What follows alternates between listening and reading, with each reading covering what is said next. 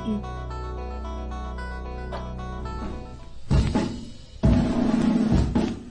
Sox! White Sox! Go, go, White Sox! Let's go, go, go, White!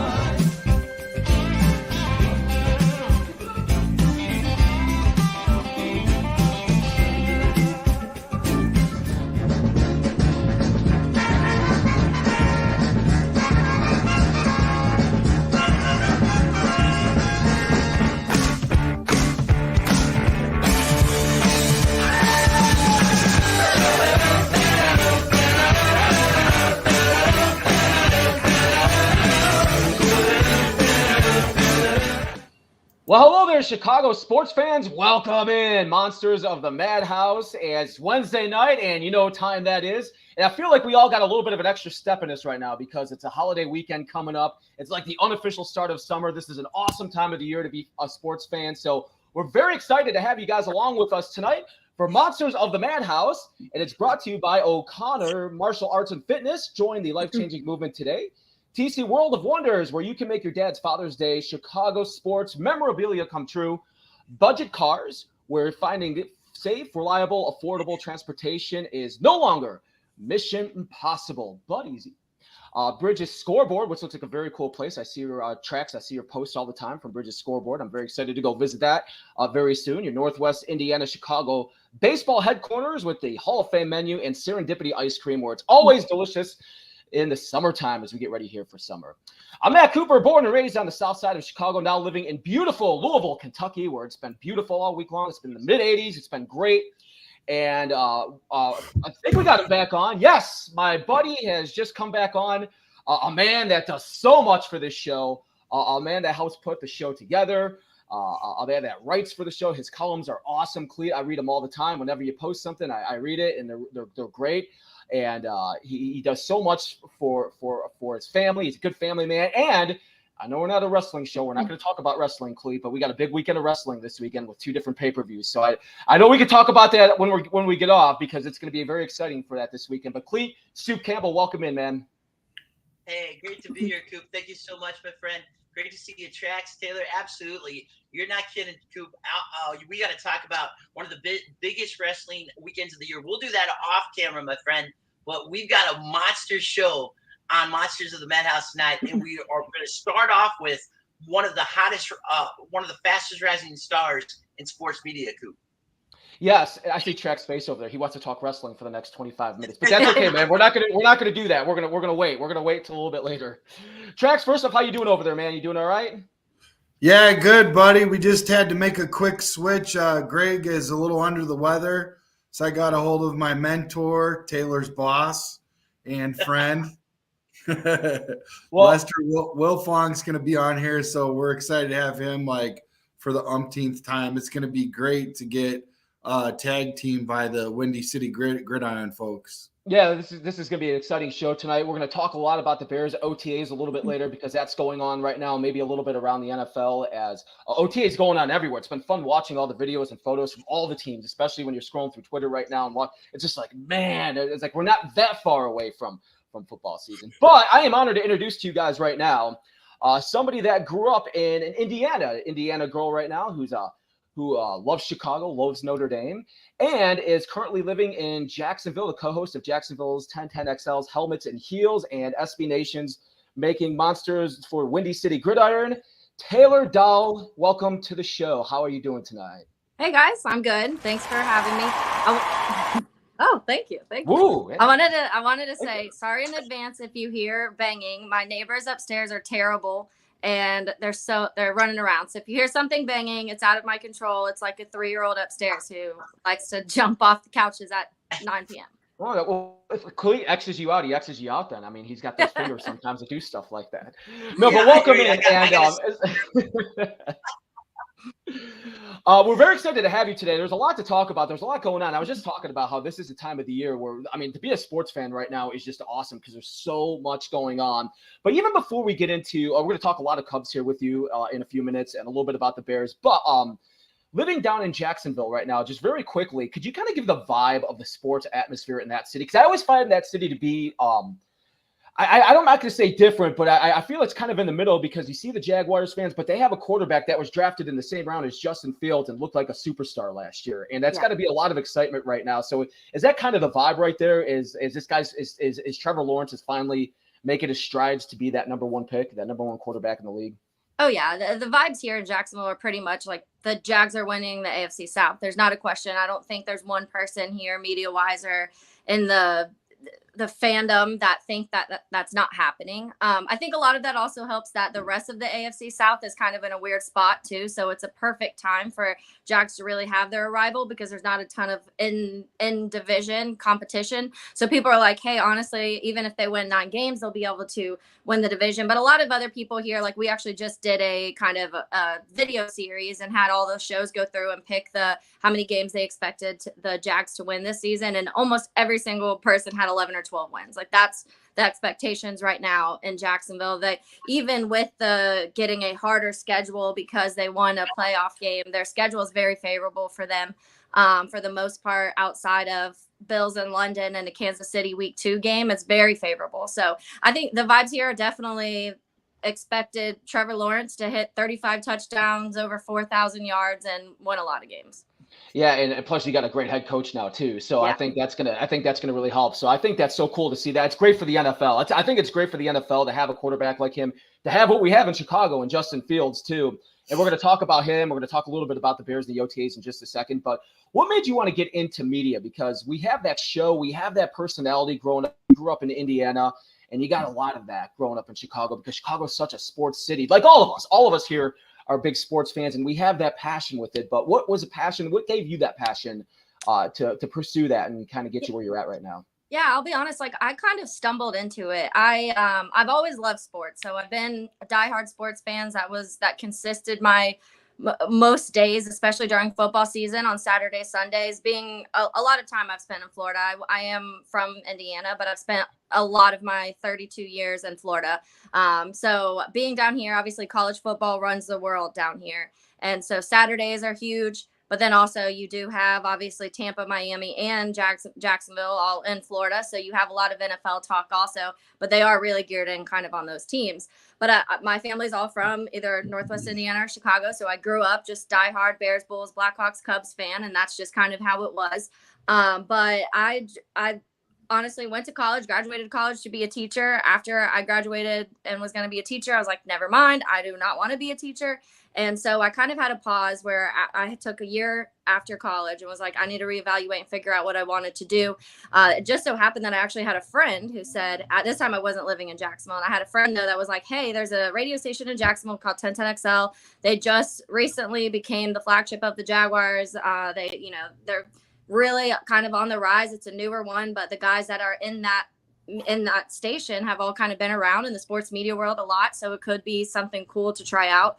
So I emailed one of the producers there and just said, hey, I'm looking for an internship. I to be honest with you, I don't have experience. I just love sports and I'm super passionate about that what I do in general. So asked if I could just intern for a football season. Did that for 6 months. After the 6 months, they hired me on as like a part-time, just kind of like, hey, when we need you to fill in with the promotions crew or do something like that. And so I slowly built up my way from being a non-paid intern to co-hosting a show and running a social media platform for a radio station. So it was kind of very random for me, but it was always something that in the back of my mind I had a lot of love for. So it was cool I just didn't honestly know I could do it for work, you know? Wow, I feel like you're telling my story right now because I also went to college to be a teacher and didn't want to be a teacher and got out for a year and tried to figure out what I wanted to do, and I got into radio myself. So I feel like you're telling this like the similar story right here. I'm like, oh my God, that's so hilarious. That is funny. I actually just read your biography and I was telling your story. Yeah, pretty much. So let's talk about football here for a second. When you look back at the draft this year, and I feel like the draft was an interesting draft this year because I didn't feel like there were those dominant players that were at the top. Like maybe you can have an argument though, but it wasn't like the years past where you had like the Trevor Lawrence at number 1. Yeah. And you had like the distinguished players. But I feel like there was a lot of the same players, a lot of the players that are kind of on the same field, but maybe some that stood out a little bit more, and maybe some that didn't. And But I felt like the safe position when you look at this draft was the offensive line and the tackles in this draft. Yeah. And I look at this draft and I think all those tackles that got drafted from the Titans, from the Steelers, I feel like they all could be very good in the NFL. So when you look at the Bears drafting a tackle in the first round, what was your overall observation in general when you take a look at their draft? I loved it. And I think that my number one, I mentioned this right before the draft. I went on to a podcast right before with some of the Windy City Gridiron people. And I was like, if it's not Paris Johnson, I want Darnell Wright. That's just how I felt about it. I think that protecting Justin Fields is so important, especially it probably would have been a little different if they hadn't got DJ Moore in the offseason. I may have been shifting more of trying to get JSN or someone and trade a little farther back. But in my head, I was like, I just think it's so important to protect him. We saw last year the glimpses of when he did have time to throw the ball. It was just a world of difference for the majority of the time. And like you said, this draft was weird because aside from, Will Anderson, I personally didn't look at this draft and say, okay, we have to have this person if you're sitting there. And for me, Will Anderson, I knew was going to go towards the top. So I didn't think that was realistic if we weren't staying at 1. So once Will Anderson was out of my head, I was like, okay, what's the next thing that really I think is going to help Justin Fields and the Bears? And I think it is that position. It was just even like a double win for me. The fact that he is a true right tackle. He likes playing right tackle. That's what he did in college and at elite level in college. He can also swing and play left. So God forbid something happens to Braxton or they want to make that a little bit of a battle in camp or whatever. You do have options to do something like that.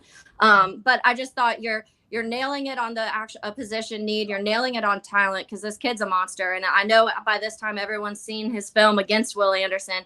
But there's multiple times that he's went against Will Anderson and Jalen Carter, and he took him down each time. He was able to handle himself in those games. And so those are the guys that he's going to be going up against talent like that. And if he can handle himself in those moments, I don't think there's going to be a big lag in him being able to handle it in the NFL.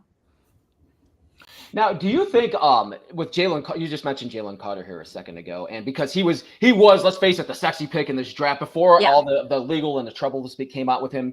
Do you think the Bears would have traded that far down if all that stuff did not come out with him? Because everything you watch of him, he was incredible in college. Let's just be honest. Like he comes from a great program, and I think he actually went to a really good situation in Philadelphia. Now I think that could have. I don't think that could have worked out any better because I think he can go in there and be with a lot of veterans and thrive. But do you think they would have traded that far down? Do you think they would have traded a couple of picks down if all that stuff didn't come out with him? Yeah, and that's a good point. I didn't really think about it that way, but probably not, honestly. Especially if after, let's say, none of that happened. And Ryan Poles went and met with him and they did all of, their meetings and all of the inside stuff that they did. We heard about the crazy workout Darnell Wright had to do with them. So just imagine what he would have put someone like Jalen Carter and Will Anderson through if he's doing that to a right tackle. But that's interesting. And I think that honestly, maybe not. Maybe they would have hoped that the Texans would just want to trade, or the Colts. I know the Colts was a talk for a while at that 4. And so maybe it would have been something else like that. But the one thing I think we've learned about Ryan Poles this last year and a half or so is that he's a big character person, and he says it, but he speaks it and does it also. And we hear coaches sometimes say that, like, we want good guys. We want, we want the players to get along, and we want this locker room this, but then the moment they have the chance to go get Antonio Brown, they jump on it because they actually don't care that much about it. And I think that Ryan Poles does. And I really do. And maybe that's not, Jalen Carter can be absolutely phenomenal in the NFL, and we can look back and be like, dang, like we could have had Jalen Carter. And there may be moments like this in his career where we're kind of like, we could have had the chance to have him, but was it the best fit for Chicago? No. And I think, like you said, I think it was perfect for Philly in the situation of how everything went down. Number one, it's the Georgia world in Philly right now. They have so many dogs on that team that helps. He has people that he's comfortable with, he knows, and like he has some leadership and some trust in that place. But if something does happen where it ends up he gets in some trouble or things don't go too well, the Bears are going to look very smart in this situation. And I think that Ryan Poles is looking at it this way, like, okay, do I want to look smart in case something bad happens? Or do I want to say, hey, like, we missed this, but we had reasonings, like we had legitimate reasonings for not picking somebody who's getting in trouble. But I wouldn't be surprised if all of that didn't happen, if he would have tried to stay at maybe like that 4 spot. Yeah, I find that interesting because I think in this draft specifically this year, as we were talking about that, I think a lot of the teams kind of took the players that kind of fit their systems. As I kind of as I looked at it, especially the first and second rounds, as I saw some of the players that fell a little bit. Like when I saw Joey Porter fall into the second round, I'm like, boy, there couldn't have been a better fit for that guy than going to Pittsburgh. And I think he's going to thrive in there. I think the whole entire draft's like that. We want to talk a little bit of Cubs with you in just a minute, but overall, when you take a look at the Bears' schedule right now, is there something that kind of stands out to you? Are there a couple of games or a couple of weeks into the season that you think, well, I think they can probably get 7 or 8 wins? Yeah, there it is. It's up right now.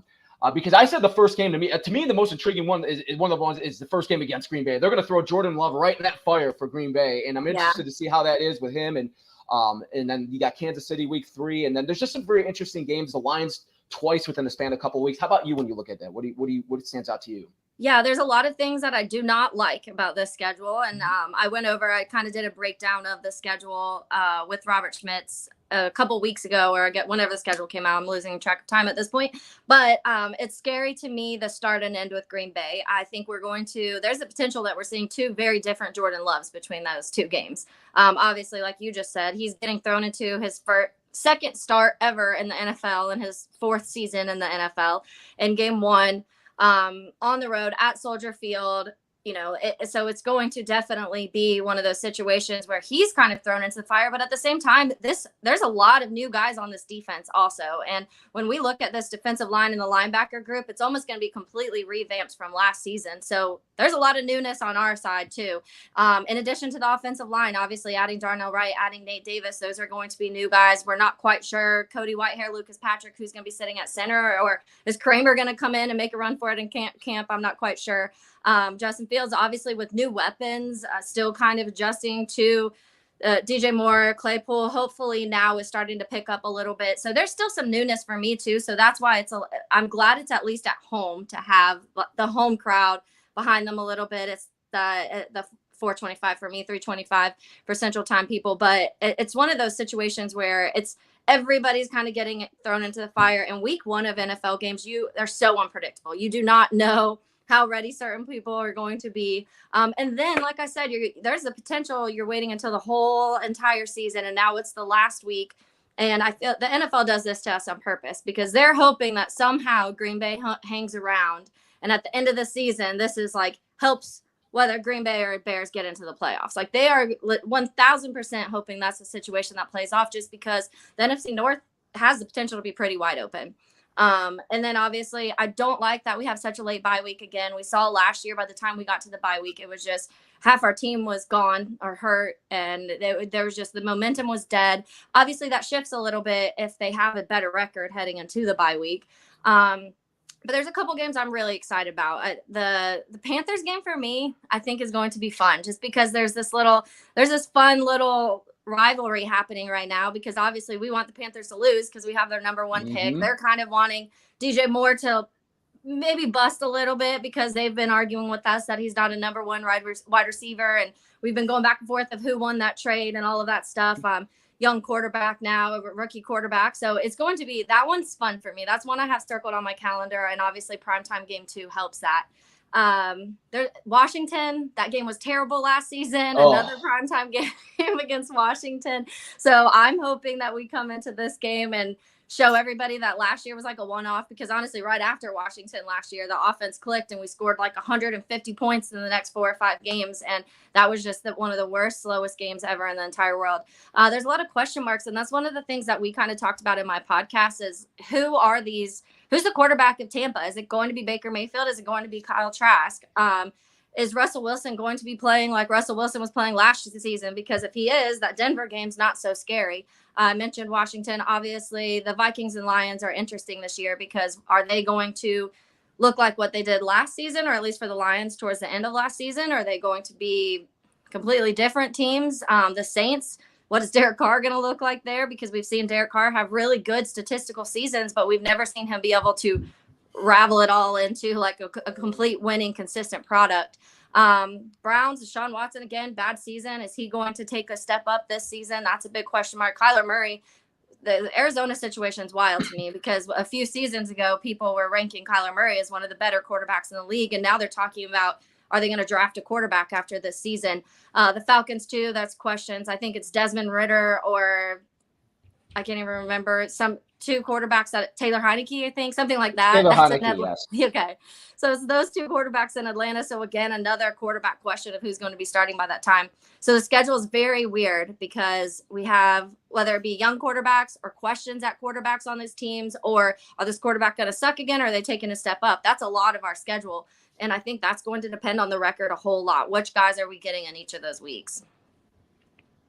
Yeah, I agree with you. That's kind of how I saw it too when you were starting to pick some of those games, especially when you said, like, right away you said Tampa and Baker Mayfield. I'm like, okay, man, that's a game we got it. When you want to take a step forward, those are games you got to take a step forward to. Yeah. You know, Taylor, we're talking to Taylor Doll right now. Before we jump into the Cubs, really quickly, we got a question that came across the screen from Douglas.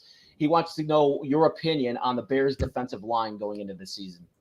Yeah, I'm hesitant. I think that it's definitely improved from last season. And I think that last season, obviously towards the beginning of the year when Robert Quinn was still there was moments where you felt like it could start to click, but you could never really get any pass rush from anywhere, the interior or the edge, which I think there was a moment. Dominique Robinson had a couple games in the beginning of the season where we were like, okay, this kid's going to be a monster. And I did a Making Monsters on him because I was like, he's playing out of his mind right now. Talked to his brother and everything. And his brother's like, that's who he is. So I was super excited. That kind of died off. I think a large part of that, though, was just how much everything else was just not clicking. And every level kind of helps every level. So when your interior is not playing well, that really puts a lot of pressure on the edges, especially, or the linebacker group, and affecting the corners and everything like that. It's all of these layers of things. And so I think that it will be improved. I would like some sort of slam dunk pass rush added personally, because I just think we don't have that. I think that Dominique and Travis could do enough to where, especially with the interior being improved, and that's I love the Zach Pickens pick. I love some of the things they've done in the draft and the free agency to help get it a little better. But there's no just like full on bam win pick for me when it comes to the line. I think our linebacker groups are going to be one of the better in the league personally. I think that's going to take a major step up. But it just scares me not having enough pass rush, because we noticed how much that kind of wrecked us last season at certain points, or against the run. And we allowed a crap ton of rushing yards in the division. That's what's kind of scary, because I don't expect the Packers to be super pass heavy with Jordan Love right away. So we're going to be worried about Aaron Jones and AJ Dillon instead.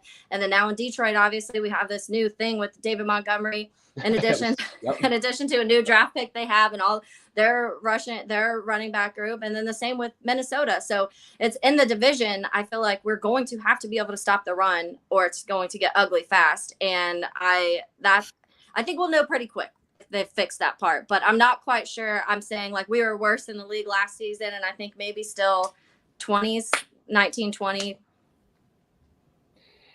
Yeah, we were down at the bottom, and a lot of the stuff we've talked about here on this show over the past month, kind of what you were just saying about the defensive line and the pass rush, and that we're kind of wondering the same thing. Taylor, before we let you go, we still have a couple more minutes with you, and I was hoping Clee would get back on, because he was pretty fired up when me and him were talking about the Cubs before you guys came on, because and he was a little upset that there was a certain person that started the year in the minor leagues and is now doing very, very well. And I was hoping he could come back and ask you that question. But when we take a look at the Cubs in general, I kind of find them as a very interesting team right now, because yes, they haven't played very well the last couple of weeks, and some of the things have kind of stood out, like the bullpen. A lot of talk about the bullpen and what guy you're going to get in there for certain situations in a game. But I also kind of feel like they're right there in the middle right now. You got a couple of players that have come up. You got Morel back up, Mervis up here, and they both look like they could be very good players. And I feel like if you're a Cubs fan right now, that is kind of what you're looking at. Because are they as good as the Dodgers? No, I don't think so. Are they as good as the Atlanta Braves? No, I don't think so.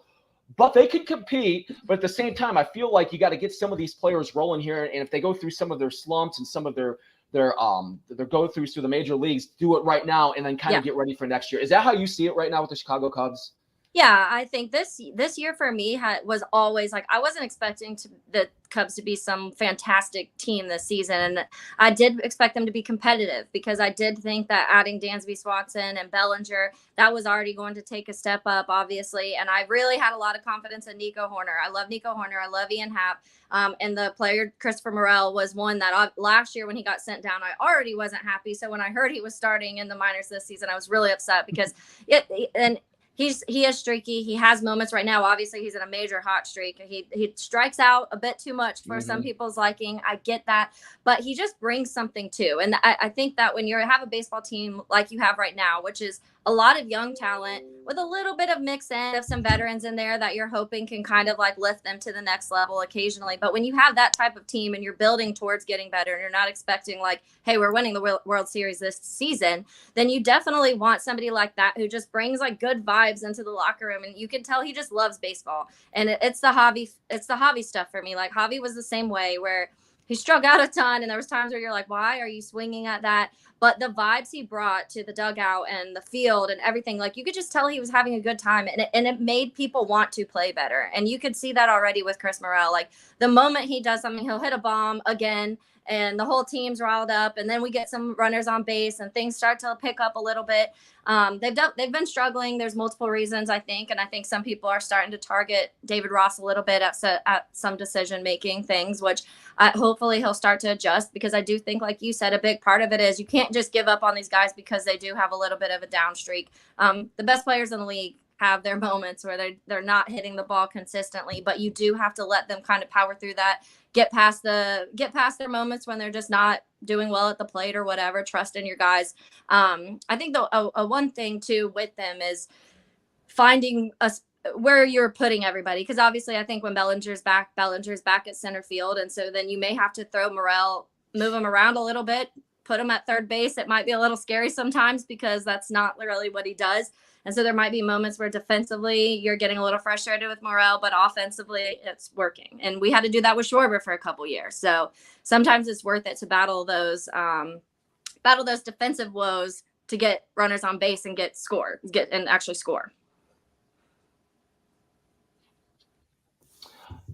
So before we let you go, Taylor, when you take a look at the NL Central, and the reason why I was bringing this up, because the Cubs are kind of stuck there right in the middle.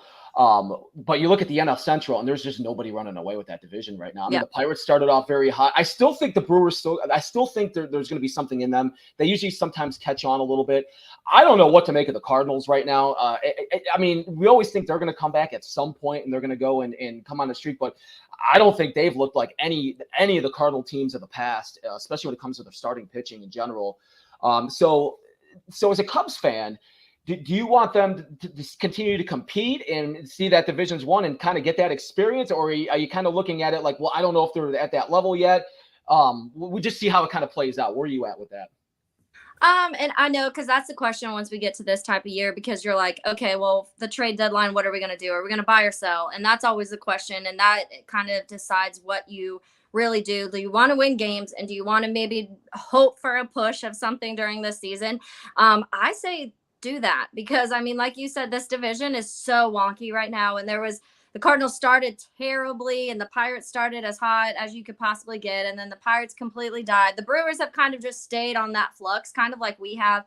Obviously, it's been a little rough. I think they've lost 20 of the last 29, the Cubs, which is not ideal. But they've also had a really brutal schedule. And that's one thing that I don't think a lot of people like. Marlins are playing really good baseball, and they had to play the Marlins. They're playing the Cardinals when it's hot. They were playing the Astros. They were playing the Twins, two of the best teams in Major League Baseball. So it wasn't like they were playing the Reds and the Pirates during this stretch of losses and losing bad games like that. They're playing really good baseball teams, and they're not supposed to be a really good baseball team right now. They're supposed to be competitive and being able to stay in games. And I think that's what they're doing for the most part. The Twins worked us for a couple games where it was not pretty at all. But I think you go for it. And especially with some of these young guys that are really starting to get hot with Morel. Nico stayed pretty consistent. You could see the drop off when Nico was hurt and he wasn't on the field, how different the baseball team looked without Nico Horner and with Nico Horner. So I think when he's healthy, when Bellinger's back, Morel, I do see us picking up a little bit and maybe going on another little run. And us starting the way it started looks like it could be pretty good. But I think that I say compete. Obviously, once you get to like June, July, if things are looking really rough, maybe you start to adjust your plans and what you want to do. There's some young guys, obviously, that we've constantly been talking about that are still in the lower levels. Brennan Davis, obviously, Pete Crow Armstrong, a lot of these guys that we've talked a ton about. And maybe it's time to see what they can do. That's when you start figuring things out like that. Or do you say, hey, this isn't the season. Let's work with what we got, win the games we can. Let Brewers win the division and go after it next year, you know? Yeah, I kind of feel like that's the overall feel when I talk to Cubs fans and talk to some of my friends and stuff. They kind of feel like that same vibe. So it's exciting to watch. I'm excited for baseball season. I'm excited to see where they end up. And I think it's going to be a fun summer. So Taylor, first off, we thank you very much for coming on the show today. How can we follow you, by the way? Tell us about some stuff that you got coming up. And how can we get you on Twitter? Yeah, so my Twitter is at Taydoll1010XL.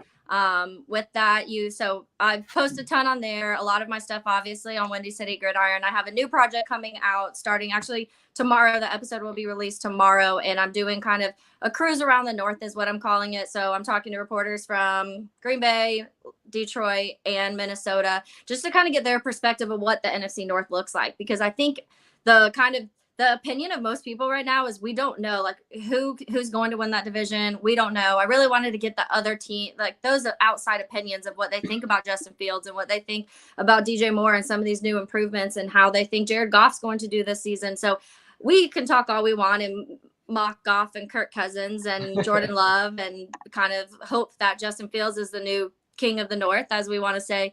But obviously they have different opinions. They're watching these guys way closer, and they a lot of times have a lot more faith in them than we do. So yeah, my newest podcast starting tomorrow will be kind of that, a little cruise around talking about the outside perspective of the NFC North and what we're expecting it to look like.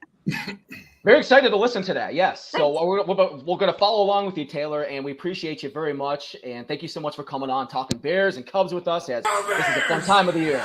Yeah. Thank you. Thank you, Taylor. That's Taylor Doll, guys. Man, I love that. The sound effects there, Trax. When did you start picking that up, man? That sounded great right there. Like in our other show on Monday nights, we got a different look now. It sounded great. We thank Taylor for coming on, and you guys are watching Monsters of the Madhouse right now. Thank you guys for coming on tonight, watching us. We appreciate everything, and it is my pleasure to introduce to you now, too. I'm very excited to talk to you because I remember being on the show before, and you're the chief editor of Windy City Gridiron. It's Lester Wiltfong. Come on in, Lester. How you doing, man? Doing good, guys. How y'all doing? Man, we're feeling good. I don't know about you, Trax, but watching some of the OTAs, watching some of the videos here. We were just talking to Taylor about that here a second ago, but watching some of the videos, man, I don't know how you cannot be excited right now when you got some football popping up in your feeds, even if it's OTAs. Yeah, I mean, it's a good time. I mean, the OTAs are popping. They had their first practice the other day. The media gets only so access, but man, as fans, we'll take whatever we get. Those video clips are awesome. You know, the interceptions, the big passes from Justin Fields, everything, whatever it is for as Bears fans, we're hungry for that content. You know, Lester, one of the things that really stood out to me when I was kind of going through all the tweets coming out is DJ Moore. Now, a lot of us football fans that watch the NFL every Sunday and watch all the games, we know what DJ Moore is. I could tell you that even watching him last year in Carolina, and they had a pretty bad team with some bad quarterbacks, you could tell what a special player he is when you saw him on the field. But then there's a lot of Bears fans that are just kind of getting introduced to him. But what can you say about DJ Moore and everything that you've heard so far and the people that you've talked to? Like, because what Matt Eberflus said the other day, that didn't catch me by surprise, but he kind of blew him away when he was watching him practice. I mean, he's a legit number one NFL receiver. I mean, I know a lot of fans, they picture an NFL receiver, a number one. They picture a 6'4", a big go up and get it guy. The top NFL receivers in the league, they come in all shapes and sizes. DJ Moore is a legit number one. He's put up incredible numbers with the Panthers, and this is with, pretty rough quarterback play. Bears fans, we know bad quarterback play. The Panthers have had bad quarterback play during DJ Moore's entire tenure there. So he's coming in here. It's an offense going into year two. The Luke Getsy scheme. Justin Fields in year two of the scheme. DJ Moore just sets that whole receiving corps up now with him coming in as the number one. Darnell Mooney, Chase Claypool, these guys kind of, they'll settle into their roles now. Cole Kmet will do his thing at tight end. It's just like you said, it's an exciting time to be a Bears fan, and DJ Moore is going to be a huge part of that this season. When we talk about the Bears, and I think it's pretty cool that there is quite a few players that show, because these are voluntary OTAs, and I'm reading all over the NFL right now because people are freaking out about certain players not showing up or who's. I'm like, guys. I get it. But I guess at the same time, when you look at this, you still have a coaching staff going into their second year together, and you got a whole bunch of new players coming in. So I guess I could kind of see the importance why when you see some of the players that did not show up, when I see like a Jalen Johnson not coming up, people are like, okay, why is he not? We got so many new players on defense. What's your opinion about that when it comes to that? It's funny because with a guy like Jalen Johnson, he's in his contract year. So that's obviously what the media is going to go towards. That's what the fans are going to worry about. They think he's disgruntled. And until they come out and say something about that, I mean, I think that's just speculation at this point. There are some players just prefer to work out wherever they are. They stay home, they work out, they do their own thing. There's not a lot of going on here. And Jalen Johnson, he knows his role. He knows where he fits in this defense. So I think he'll be fine when he gets into camp. Nate Davis missing at right guard there. From what I understand, it's just kind of what he does every year. He just likes to prefer to work out at home. That's what he always does. But when it's time to show up, he'll be there and be ready to go. So, those guys missing is a chance for younger players to get some reps and a chance to show the coaching staff what they have. So it's good for the Bears as a whole, although you'd like to see your vets in camp.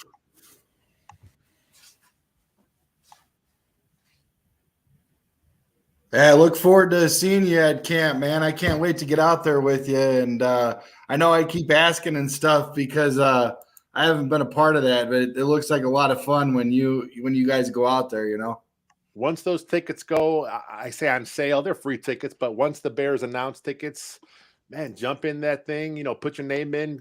I think you're allowed to get 4 at a time.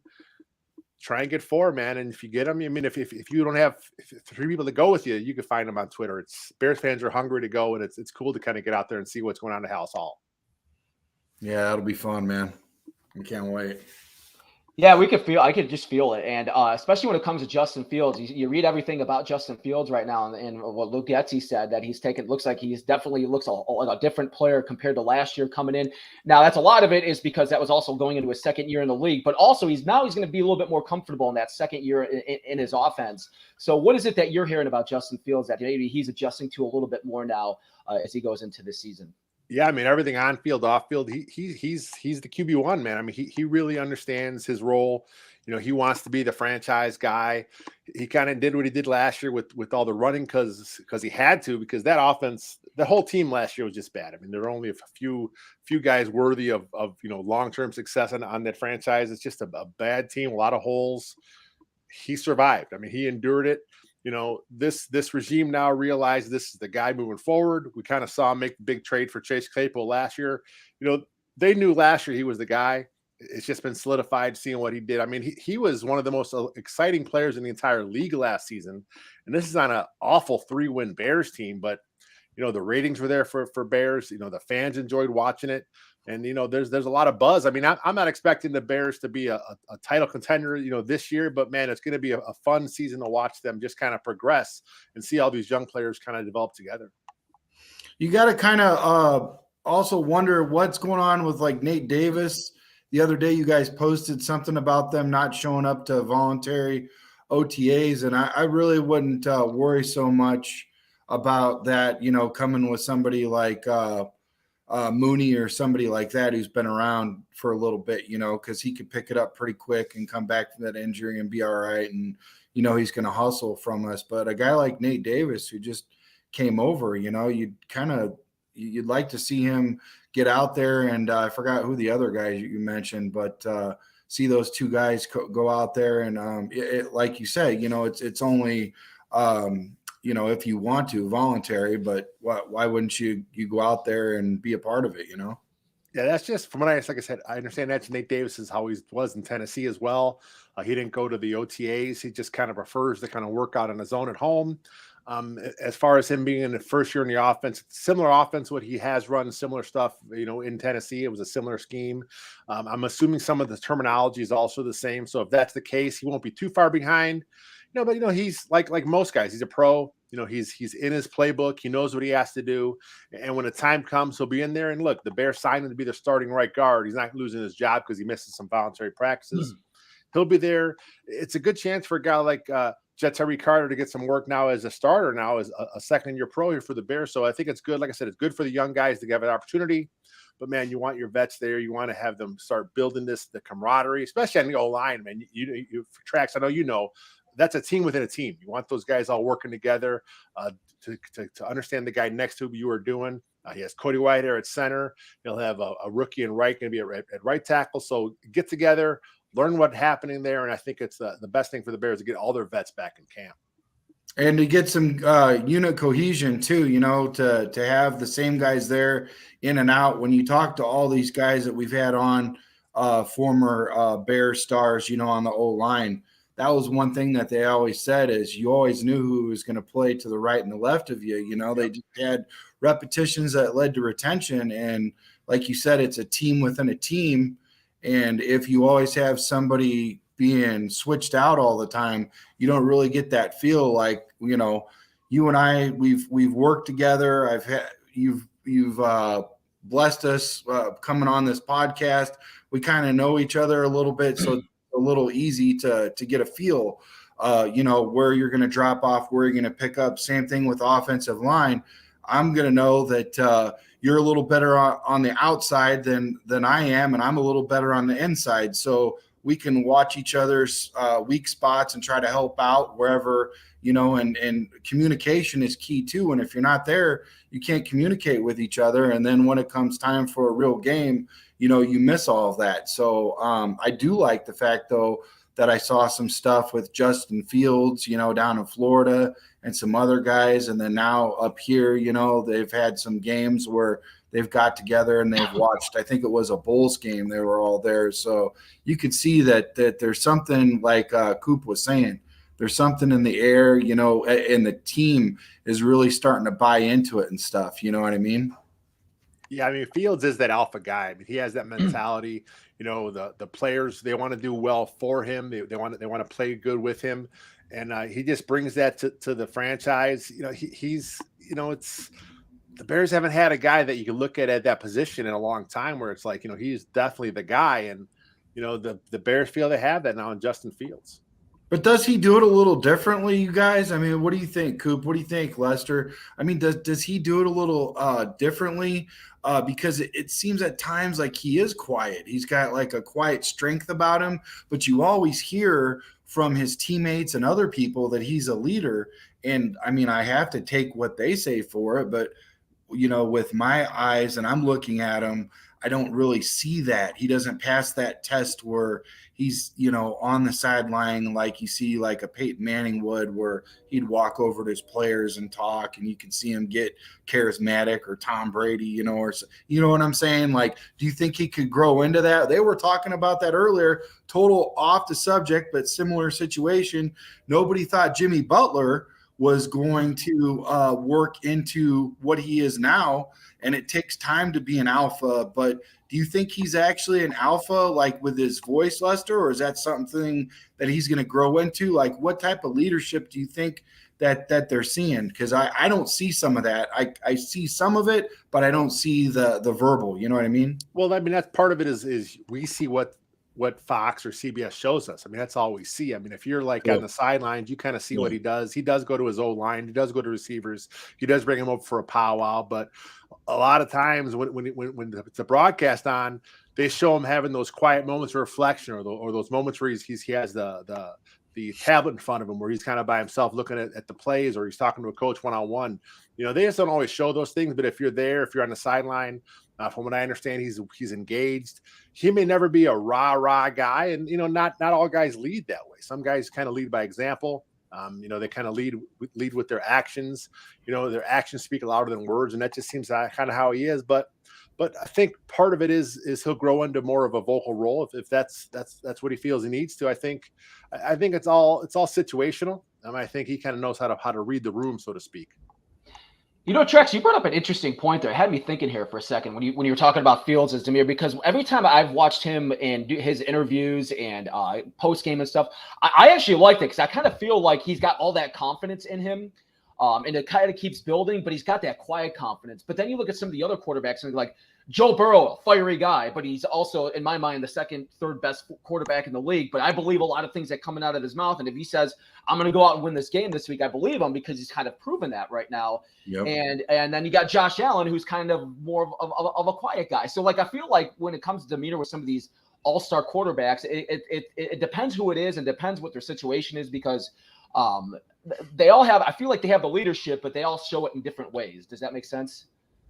Yeah, that's what Douglas just said. There's a lot of different types of leadership, not just vocal, but for whatever it is. I don't know what it is, guys, but I look at maybe it's the military in me, maybe it's the football coaches that I've had, but I've always needed that guy that's in your face, making your hair blow back. You know what I mean? And I just you look at a guy like Favre, you look at those type of guys that, I went to 6 home games last year and I watched this guy. I watched the O-line. I watched him on the sideline. I just didn't see that. I'm not saying that he can't be. Oh, here's a good example, Lester. You know how when they roll out right and you're trying to extend the play or whatever, never see him point his finger out, this, that, and whatever, or talk in that and that. Now I'm in the north end zone, down there, so I can't see exactly sideline what somebody else would see, but you figure you'd see a hand up or something like that. Hopefully, like I said, hopefully he'll grow into that stuff. I mean, even when he was drafted, to me, he was kind of quiet about it and kind of are you happy you're in Chicago or what are we getting here? You know what I mean? So I'm a big fan of him. It's probably going to be my next jersey. I was a little backwards. I went and got number 2 and then I'm going to get number 1. But, I'm a big fan of him. I'm just kind of I know you hear a lot, Lester. So that's why I'm asking this question because almost it's hard to ask a question about him without getting a firing squad at you because I know I'm going to get a lot of comments and blowback about this. You know what I mean? You can't touch Fields, man. It's oh, what'd you say about Fields? So yeah, I mean, it's just a perspective. I mean, it's I mean, there are some. Like you said, some players, some people they need that. They need the guy in their face. And you know what? Right. At the end of the day, that's not really Fields' job. I mean, yeah, he's there to be a leader in the way he wants to be a leader. But if there's a guy that needs a kick in the ass, I mean, maybe that's Coach Flus's job or that's his position coach job. He's your teammate. He's not your boss. So I think it's he found his way to lead, and that's how he is. And plus, man, this is a 3-win team last year. I mean, if you're up yelling or screaming at guys and you're getting your ass kicked every week, that doesn't really have a lot of weight. So let's see as the wins come, as the Bears are more successful, see what he grows into. Then otherwise, then you're back in a Jay Cutler thing where it's oh, how come this guy's not saying anything? Yeah. He looks like he doesn't care. That's just the personality. I mean, as Bears fans, we knew Jay Cutler had that national perspective of a guy that doesn't care. But then you watch him play, he's getting sacked, 40 times a game. He's trucking defensive backs when he takes off out of the pocket. He's pissed off all the time. He cares. He just kind of showed it a different way, and that's kind of how Justin Fields is. And kind of what you're saying too, Lester and Trax, you kind of just brought up coaching. I also feel like these coaches lay down a foundation. And in this day and age of coaching, it's much different than it was what it was 15 years ago. But if you look at some of the, look at Zach Taylor of the Bengals. That guy's kind of got the attitude, but he's got the players. He's like that player coach, and they believe in him. And I think that's why Joe Burrow has that. And then Kenny Pickett, who was a rookie last year, you're not coming in to lose games. That's Mike Tomlin's team. He's you're coming into Pittsburgh Steelers win football games. And I think that's how Kenny Pickett's kind of taken that. I'm going to go and win these football games. So I feel like these coaches kind of lay the ground for that too, especially in this day and age of football. Where you have so much to look at when it comes to outside of you got social media and everything else to put on top of that. Yeah, it's a different era for sure. And like I said, as the team wins some more games, everyone kind of falls into their realm more. And I'm excited. I mean, watching him grow on and off the field is going to be exciting because he's here for the long haul. He's going to have a nice season this year. The weapons around him are better. The O-line in front of him is better. So it's going to be fun to kind of watch him grow into himself and kind of see where he takes this franchise. Yeah, I'm excited to see what he does too and what he's going to do with DJ Moore. And I really think DJ Moore is going to open up the possibility of seeing what our other receivers can do when they're in their rightful positions, because I don't think any of our receivers had the rightful spots last year and the year before, because I mean, they were just out of position. But I really think having that true number one is going to help, Claypool be number two, Mooney number three, the tight ends flourish, and you're just going to see a lot. I'm looking forward to seeing Mooney over the middle instead of the outside. And I like to see, I don't know, how's that going to work, Lester? Because I noticed that when I was at the game, I noticed that Chase was left-handed. So you putting him over on the left side of the field, because potentially you would want more mostly on your right. So that way, in your field of vision, Fields would be looking at there first, you're checked down and then read off to Moore and whatnot. You know what I'm saying? But how would that work with a left-handed guy on the left side of the field? I mean, you'd almost want a right-handed, or where would you? I guess you would have him on the right for the side, receiver. I'm not sure how much it matters as far as a receiver goes. I think, your successful offenses, if they have enough weapons, what they want to do is they want to move these guys around quite a bit. They want to look for mismatches, and you may have a guy like DJ Moore start off as your X, maybe Chase Claypool is your Z, Mooney's your slot guy. But in the scheme of things, as Luke Getsy's calling plays and he's calling motions, he's calling shifts, he'll put a guy like Claypool in the slot if he likes the mismatch. He'll put a guy like DJ Moore in the slot if he likes that mismatch. He's looking for guys to get matched up on. He'll work guys open. He'll do some shifts and get Cole Kmet singled up in a good coverage. So, we're going to see him again. You talk about the new weapons at receiver. Robert Tonyan at tight end is now the Bears have two tight ends. We haven't talked about the running backs. They have a better stable of running backs now. So it's going to be fun to kind of see how Luke gets in year two as a play caller, what he can do, because he's going to open up what he wants to do too. And if he can do that with Justin Fields, kind of spreading the ball around, I think it's going to make the entire offense better. Well, Lester, you played tight end. You know how important it is to I don't know if you ever had. I've only briefly played with one dual threat quarterback. Mostly it was pocket. But I know you understand how important it is to hold your block through the whistle, from whistle to whistle, and all of that. And it's so hard when you see a guy like, come on, throw the ball. I'm getting winded out here. I'm sucking air. You think like we've got that this year? You think those guys last year that are not so used to that are going to be able to pick that up better as far as like blocking for him? Because I think it potentially, if he could have got a little bit more time from our offensive line, he could have really extended plays, and made different plays and whatnot. And also the receivers too are going to get a better feel as to where to go, where to break to get in his line of vision and where his hot spots are on the field and all that. I mean, what do you think as far as all that goes and the blocking and whatnot? Do you think we got those guys, or are they just straight maulers, No, I mean, I think Nate Davis is a good pass blocker. Darnell Wright's a good pass blocker. He's probably the best pass blocking tackle in the draft. Bears plug him in the right side there. And you talk about Justin Fields rolling to the right where he should be more comfortable. Now you got a guy at right tackle who can kind of hold that block a little longer, kind of let him kind of get outside of the pocket a little more if he wants to do that. I think that benefits him. Tevin Jenkins going over to left guard. He was probably the Bears' best lineman last year. And then, of course, Braxton Jones going into year two as left tackle. I think overall what the Bears have up front, they've really upgraded it quite a bit. But again, part of that is it's on Justin Fields, going into his third year, his second year in the scheme. A lot of the protection it ultimately comes down to him. He has to know when to get the ball. Year two of the scheme, he'll know where his hots are a little quicker. He has a better receiving core now, so he'll maybe trust those guys to make plays now. And it's all synergistic. I mean, it all works together. The pass pro has to work. Justin Fields has to understand the pass pro. The receivers have to know if the blitz is on, if a guy like Chase Claypool's hot. Not last year he kind of came over in a trade. He may not have known all the site adjustments. He'll know those now because he's been, the half season last year, plus all of the offseason this year. He'll know what he has to do to make those plays for Justin Fields. Matt's watched a lot of games for the Steelers, so he's got a good deal of knowledge with Claypool. What did you see last year with Claypool versus years past with the Steelers, Coop? I mean, do you think he can step in and really do what he needs to do? That's interesting. Well, what he's referring to, Lester, is my girlfriend's from Pittsburgh, diehard Steeler fan. So we watch every Bears and Steelers game every Sunday. So I've watched Chase Claypool now for the last 3 years, every single game. Here's what I think will happen with Chase Claypool.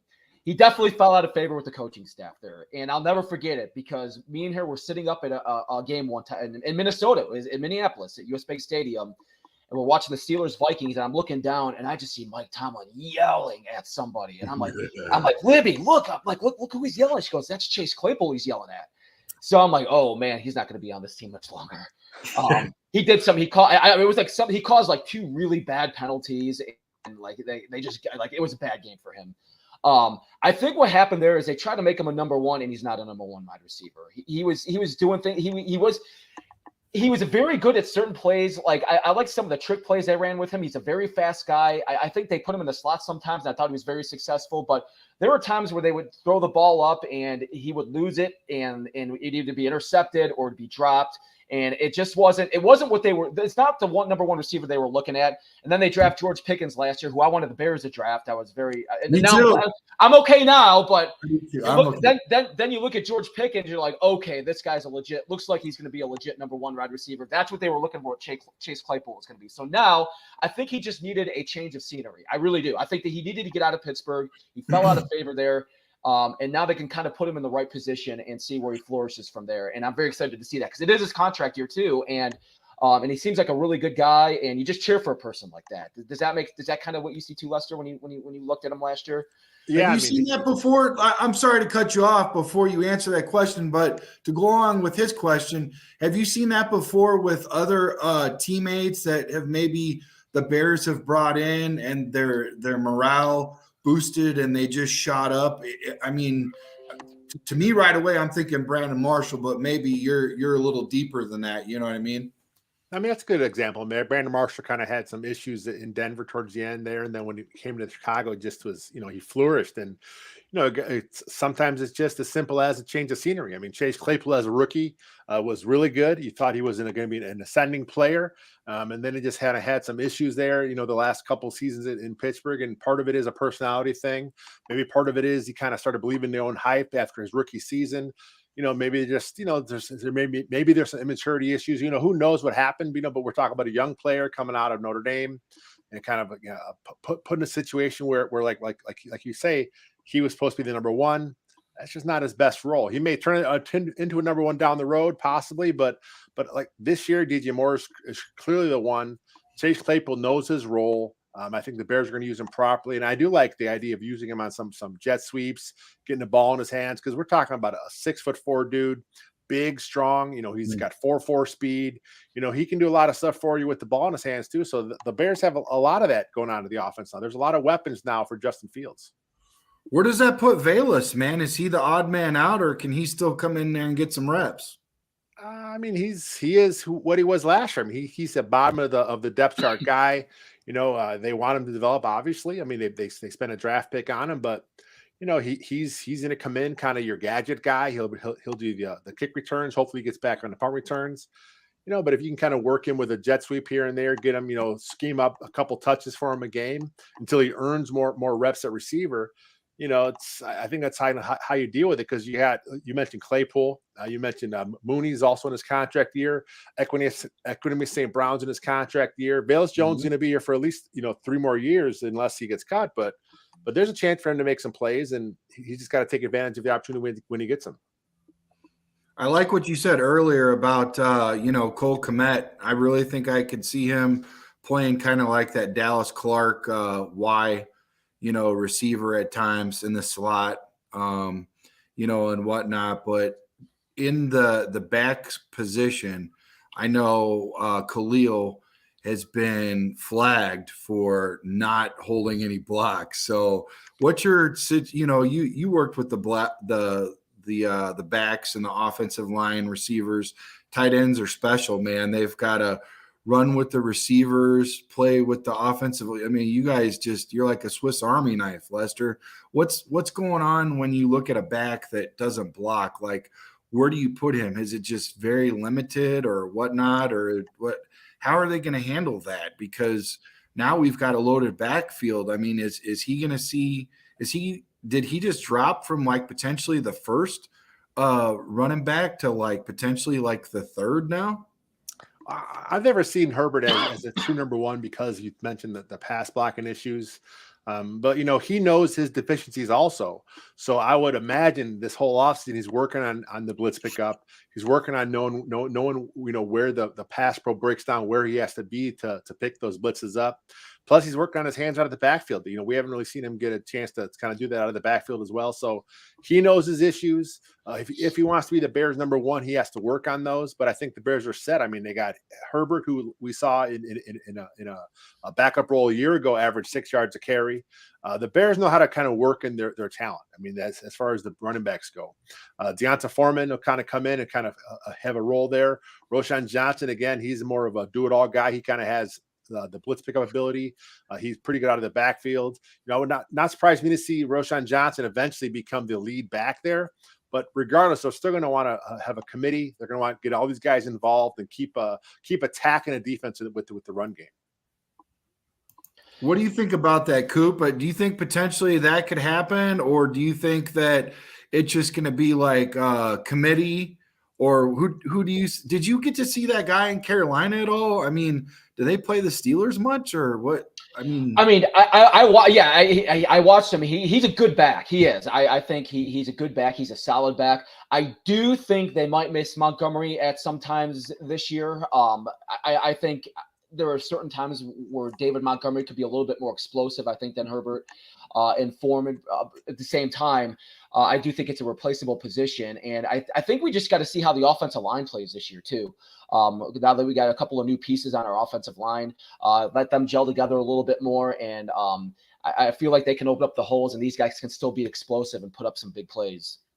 What about that fullback, Lester? Like, what are we going to do with him? Like, what do you see envisioning? Like, he's taking up a roster spot. I mean, like, really, like, I understand Tunyon, because, he's proven he could, if you got him running outside, chip block, whatever, and then go out for some passes, whatever. But a fullback, man, like, is this really necessary? What do you see, Lester? Yeah, I was surprised that Kerry Blaskin didn't get more playing time last year, just because he is a good athlete. He has good speed out of the backfield. He is a good receiver out of the backfield. Bears just didn't use him in that way. But again, the Bears were not a very good team last year. I think we'll see his production kind of about the same where it was, where he was, a handful of reps per game. I think there may have been a couple games last year he was inactive based on the matchups they had. But you mentioned that with the guy like Robert Tunyon, if the Bears play a double tight end set, that takes the fullback off the field.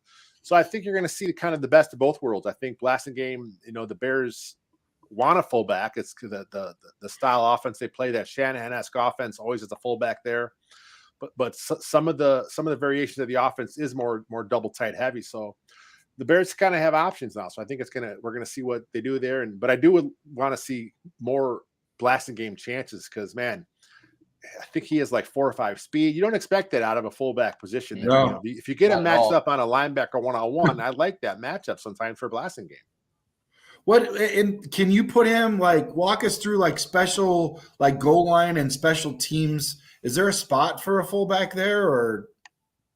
Yeah, I mean, I think you see, especially in this scheme, you see a lot of stuff out based off play action where you leak the fullback out in the flat, especially on the goal line. You see it all the time there.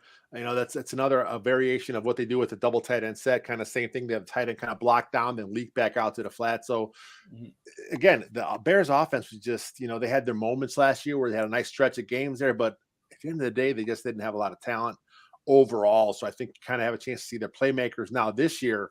Now they had a chance to upgrade a few spots. I think the playmakers all have a chance to kind of show what they can do.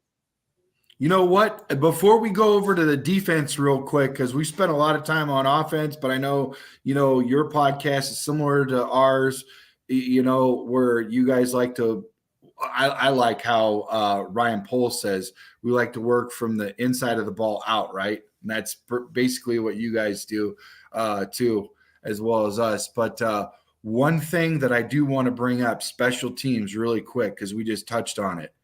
What is going on with the left-footed kicker? Is he going to stay on the team? And then also, did you guys see Where now, if there's on kickoff anywhere on the field, if you do the hand up to flag it off, automatically at the 25-yard line to eliminate injuries, because there's an uptick in injuries as far as kickoffs go. Like, seriously, man, like I really feel like we're taking away from some of the like the show, not the showmanship, but like the thoughts, the game plan, like the scheme way of special teams, man. Like, really, like that team is in itself, like they are like working proudly to scheme into those type of things. You're taking that away. You know what I mean? How do you feel about that's similar to the college rule now, where if it's a you can fair catch the ball there. It's a safety thing. I was on a show earlier today and I was talking about the same thing. I see both sides of it. I understand that the concussions are up. There's some injuries, a lot of injuries in the kickoff. But so they want to make it safer, but at the same token, it's like they're taking away a very exciting play. I mean, that's especially as Bears fans, man. We grew up with, Hester, Patterson, Glenn Milburn, going back further, Gale Sayers. So there's always been exciting kick returners in Chicago. So we want to see that as fans. I understand it. And then you talk about the lefty punter. I think he's just kind of a camp body. I think it's one of those things where the ball comes off his foot differently. So having a lot of times you'll see teams, what they'll do is during the season, they'll bring a lefty punter in during the week if they're facing a lefty punter on Sunday. So now they just got a guy in early. They'll have him kind of come in here. He'll be in with them for parts of training camp. And then if he is cut, which I expect he'll be cut because this is Trenton Gill's job to lose, they'll bring him back if the Bears have a lefty punter on the schedule, and they'll bring him back just to get some work with the special teams. Man, I wonder what that check would look like. You know what I mean? I always wonder about that stuff where you just bring them in, bring them out, bring them in, bring them out, Yeah, it's like a consulting job for these guys that come in and they kind of just practice with you for the day. And, it's not bad work if you can find it. Coop, what do you think about our defense, man? Do you think, like, potentially, since we solidified the inside of the defensive line, we didn't have that last year, we brought in more bodies, supposedly they got skills, whatever. Do you think that they could make guys like Gibson shine and other guys that we had that potentially didn't have that, kind of like Taylor was saying earlier, Lester? She was talking about how one side helps the other and all of that.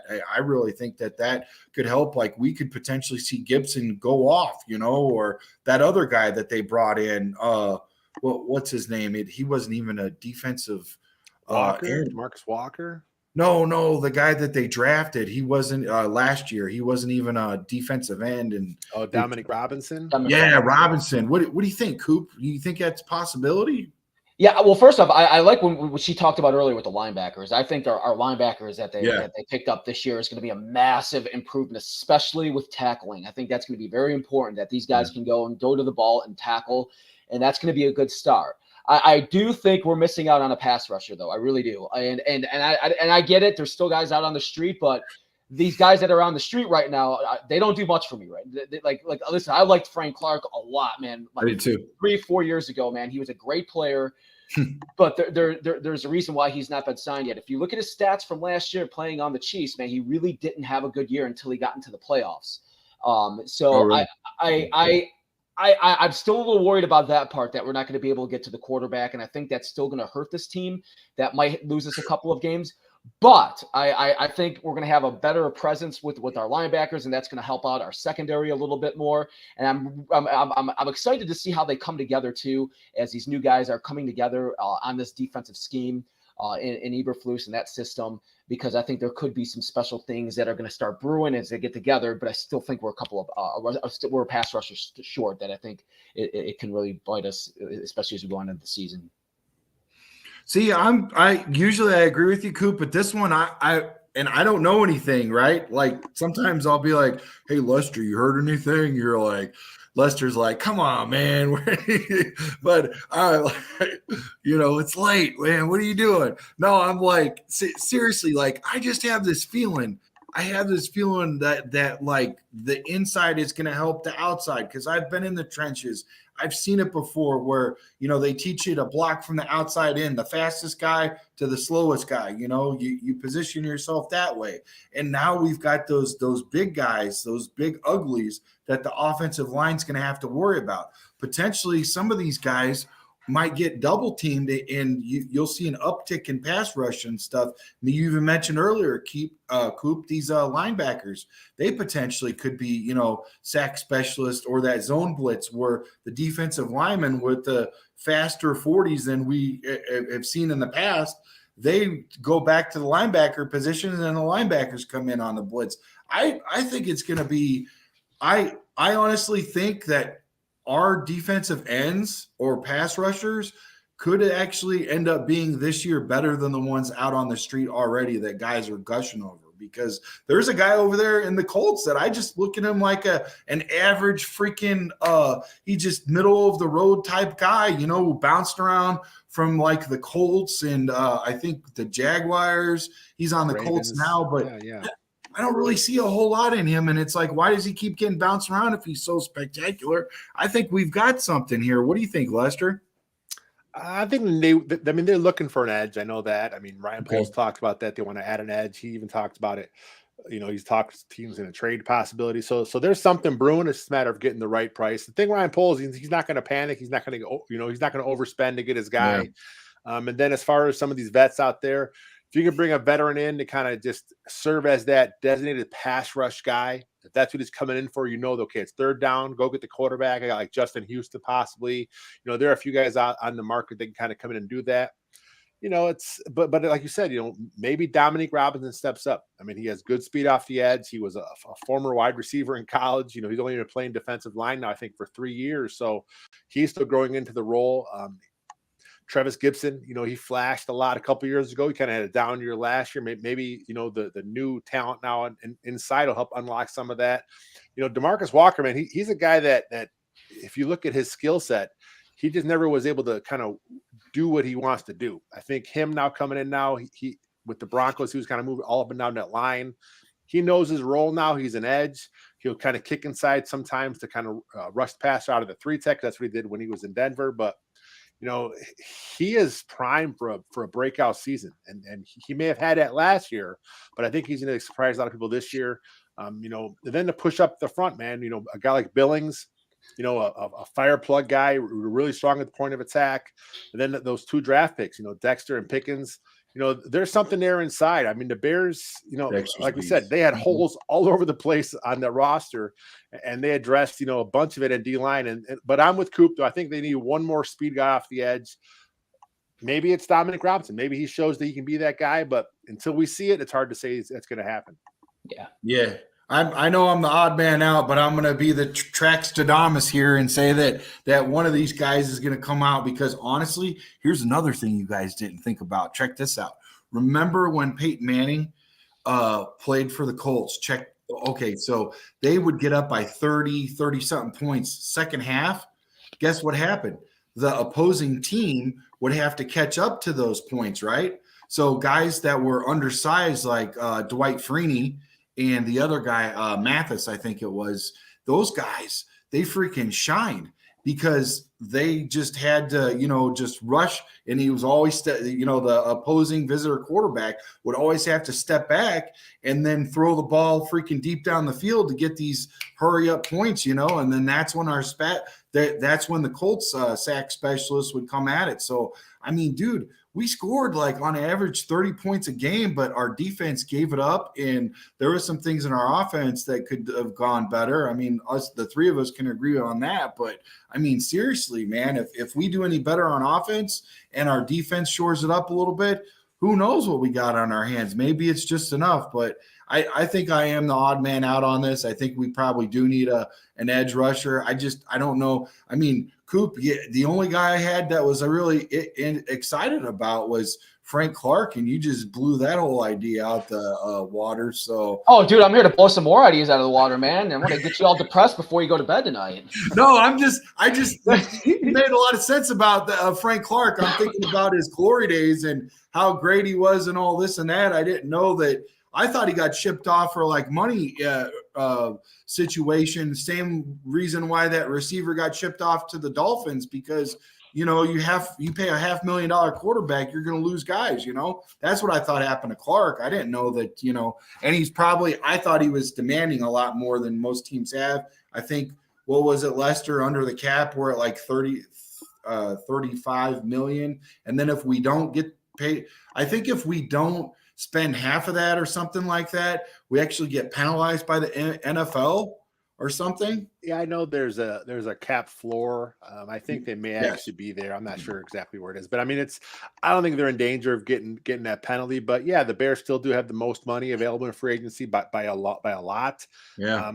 And a guy like Clark, I'm with Coop again, man. He had a rough year last year, but he turned it on in the playoffs. So here he is, a veteran, probably going to sit out the entire offseason because he just wants to go to a contender. But if no contenders come calling, and there's some money there for the Bears where you can come in and, rush the passer 10, 15 snaps a game. Yeah. Because he does have some nice juice off the edge. He does add something, that pass rush element. I mean, if that's all the Bears want him to do, I think he could find some success. But like you said, Trax, maybe it is Dominic Robinson. Maybe it is Travis Gibson. Maybe one of these other young guys kind of step up. But we'll have to see what happens as the season wears on. But do you guys see like unless it's Pernell McPhee, a lot of the guys are freaking. I'm sorry, a lot of guys are like 35. And I'll have Pernell McPhee on the show and I'll be like, "What happened, Trax?" 35, 36 years old pass rushers are still getting it right now. You know what I mean? And Clark's like 29. Who knows? Maybe he had a bad hoof or something, or a wheel that was out of balance or something. We have no idea what was going on. But I will say this, guys. I have a feeling that if we get this thing on a roll, and I just can't believe when you look back that we had like 30 what do you call it, like 30 points a game or something like that. It just didn't seem like we got that, but somebody floated that out there. I looked at back, and then there was like 7 games that we could have won, and then there was like 8 teams that were playoff teams. I'm like, no wonder we sucked, and we had like 3 wins last year with the hodgepodge team that we get. Like I'm looking at, they set the post to like 7.7 wins. I'm looking at 11 or 12 wins, but I'm setting it at, look at you. Yeah, I'm setting it at like 10. But I'm saying my high side is like 11 or 12, guys. Put that money down on the over and find the over where you can kind of juice it up and go over like 10, man. You'll be making a ton of money. And that'll be drinks on tracks next time we get together. Dude, I'm going on my apps right now, man. I'm putting 10, 12 wins because of him, man. Just because of you, Track. So I'm going to go win some money. If we had more time, I would show you guys, because I haven't even been able to do this on my own podcast. I haven't even been able to break it down from 1 to 18, what I think our wins and losses are. But when you look at it and you hear me, you'll be like, maybe I should drink his Kool-Aid because it sounds pretty good. I'm telling you, man, I'm really jazzed and excited, Lester. And I read your guys' stuff from front to back, and I'm looking at all these guys and what they can do, and I'm like, wow. Like that one guy you guys were talking about, and Coop, you were talking about this earlier. That freaking linebacker sounds like he's just as fast, if not faster, as Urlacher, and I think he's got like longer arms than Anthony Davis from the Lakers, man. Like they sounded like he's like really like lengthy and stuff. So I could see some batting balls and stuff, And what about that guy Zimmerman that you guys had? He was talking about a defensive lineman that we picked up in the draft, and he's talking about him batting down a ball and running in for a touchdown. I'm like, heck yeah, man. Fired up. Yeah, I mean, the Bears upgraded at a lot of spots on defense, and with a guy like Edmonds, he fits that. The Bears don't run a classic Tampa 2 like they did back in the Lovey day, but they still do elements of it. They still want that Mike linebacker to kind of take the middle third of the field away. And a guy like Edmonds, he thrives in the pass game, so he's going to help, man. I mean, it's the D line, it's the linebacker, it's secondary, all working in together, and there's now some talent there where Coach Flus and Alan Williams got to get their defense in line and do it how they want to do it. Yeah, but Coop and Lester, do you guys think that other linebacker that we picked up that was undrafted we picked him up from Sanborn? No, from the Eagles. He was undrafted. Edwards? Yeah, do you think that we're like reading too much into it? We want him to be like a Sanborn, or do you think he's actually the real deal? No, he's the real deal. I mean, look at his numbers with Philly. I mean, Philly obviously is a more talented team than the Bears, but Right. you know, he's a tackle machine, man. He puts up a ton of tackles in Philly. You know, he's just he's a good kid. I mean, he understands the game. He played high school quarterback. Yeah, here. You know, he understands the game inside and out. And you know, he wasn't highly touted coming out of Wisconsin, but you know, those Badger linebackers, man, when they come to the NFL, they really thrive. And we kind of saw it with TJ. And you know, it's he was the Bears' first big signing. You know, local kid. They want to bring him in, and you know, he grew up a Bears fan, and you know, I'm excited to see him play in Chicago. Oh, he's from Wisconsin too? Yeah, he played with the Badgers. He grew up in Illinois, but he went to Wisconsin. Mm-hmm. Man, that had to have been one hell of a team, ain't it? Jeez.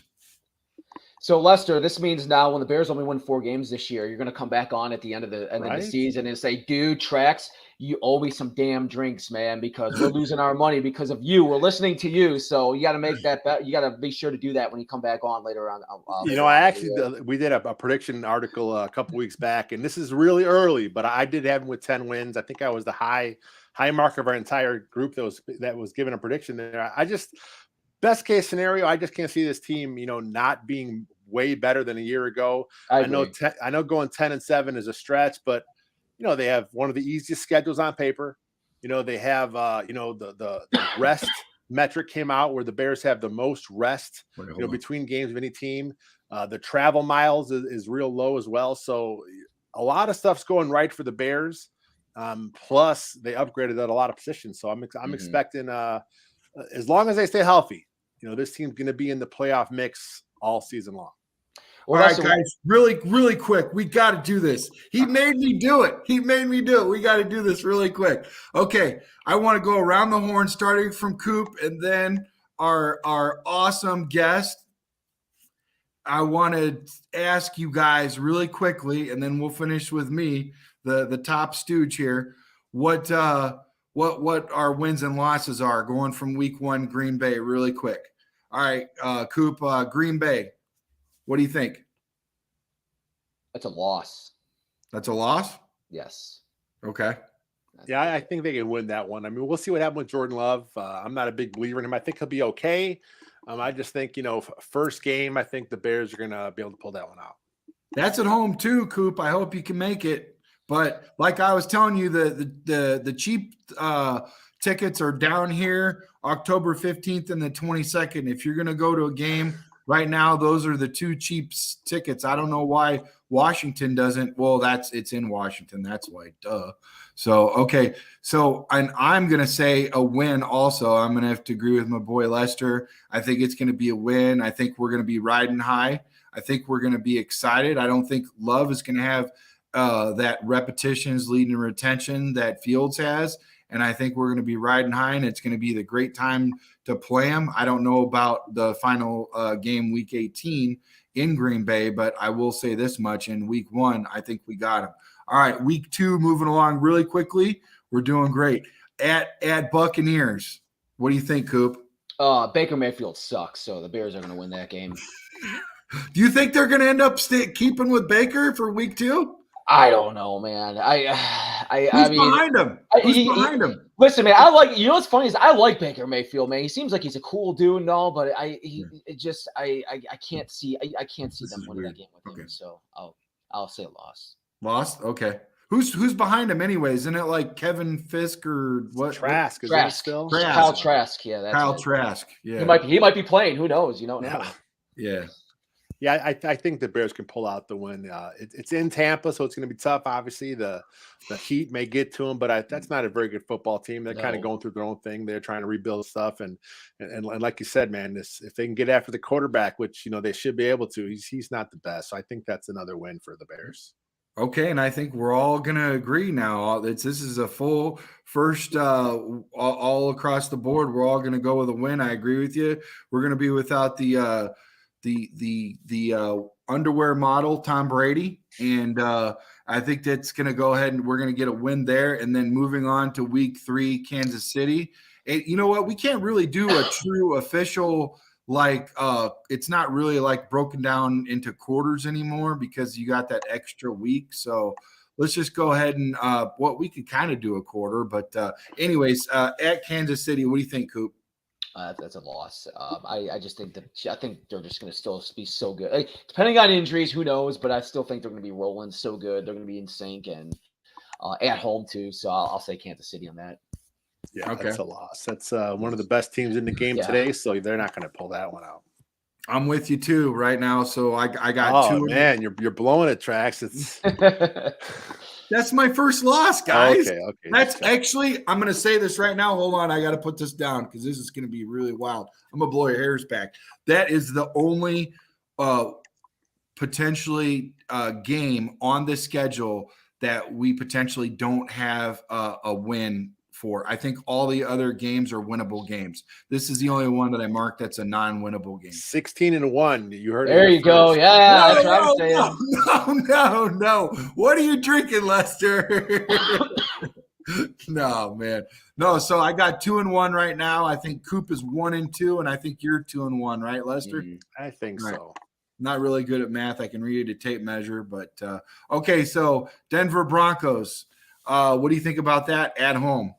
That's an interesting one. I don't know what that's going to be. I'm going to say the Bears at home for that one, but I don't know what Russell Wilson we're going to get because you have a good coach going in now. Sean Payton's a really good coach, and if he can go in there and get something out of Russell Wilson, I think they could be a much better team. But I still think the Bears can win that game.